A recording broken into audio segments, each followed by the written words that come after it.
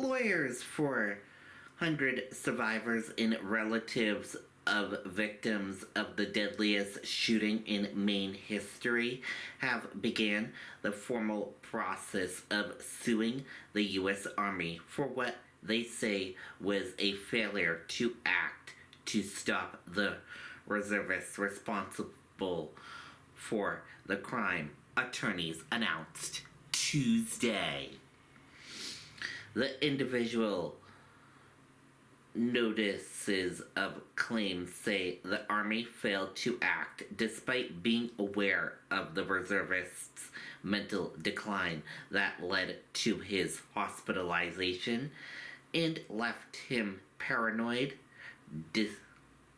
delusional, and expressing homicidal indications, including producing a hit list of those he wanted to attack.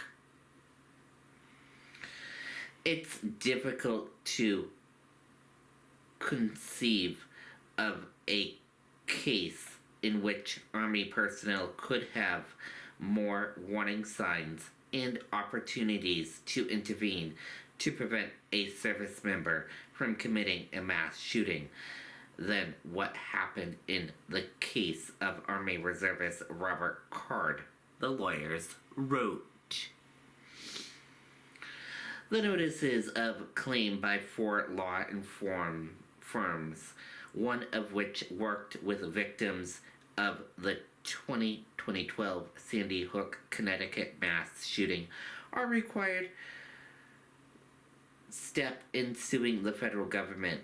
The Army will have 6 months to determine whether to respond, after which lawyers are posed to file a lawsuit. The Army said in a statement Tuesday that it does not comment on litigations. 8 people were killed when the 40-year-old Card opened fire at 2 locations he'd frequented: a bowling alley and a cornhole league hosted by a bar and grill on October 25th, 2023.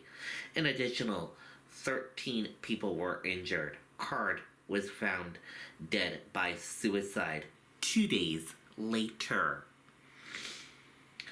Lawyers for the Lewiston victims gathered with dozens of survivors and their family members and friends on Tuesday to announce the filing at a news conference held about 1.5 miles from the bar and grill. Elizabeth Seal said through a sign language interpreter that the legal actions is critical for the victims' healing process. Seal's husband, Joshua Seal, was killed in the shootings.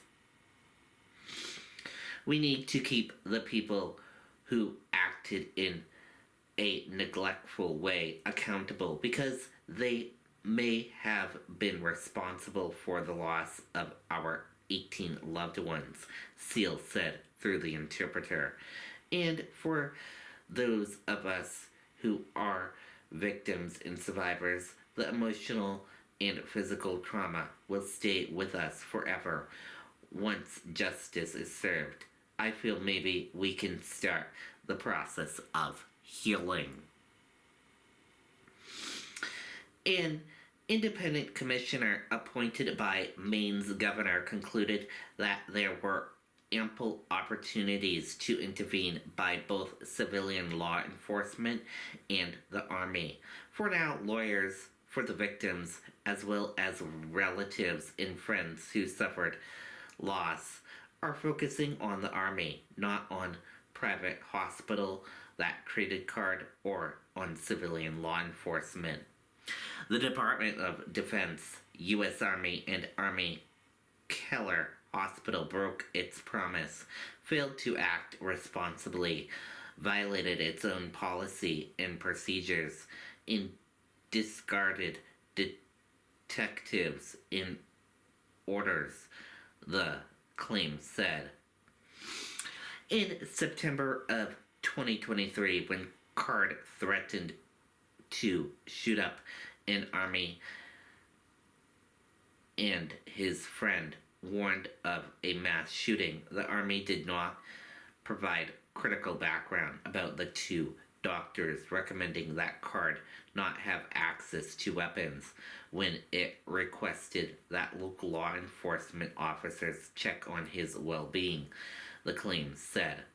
Card's commanding officer even downplayed the threat by undercutting the credibility of the soldier who issued the warning and by declining to share all information at his disposal, the claim said.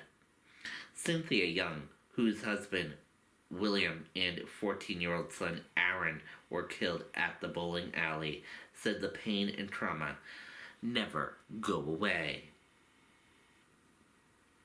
As terrible as the shooting was, it's even more tragic that there were many opportunities to prevent this and they were not taken, she said.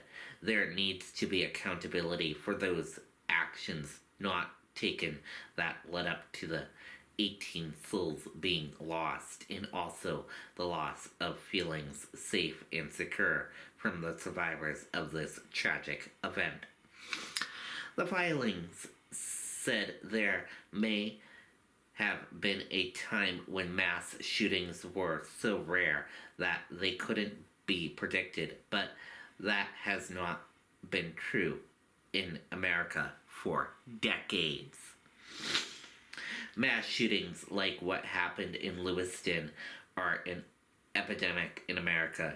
Consequently, those in position of responsibility and authority are required to appreciate the warning signs and behaviors that telegraph the risk of mass violence, take them seriously, and act to prevent their occurrence, the claims said.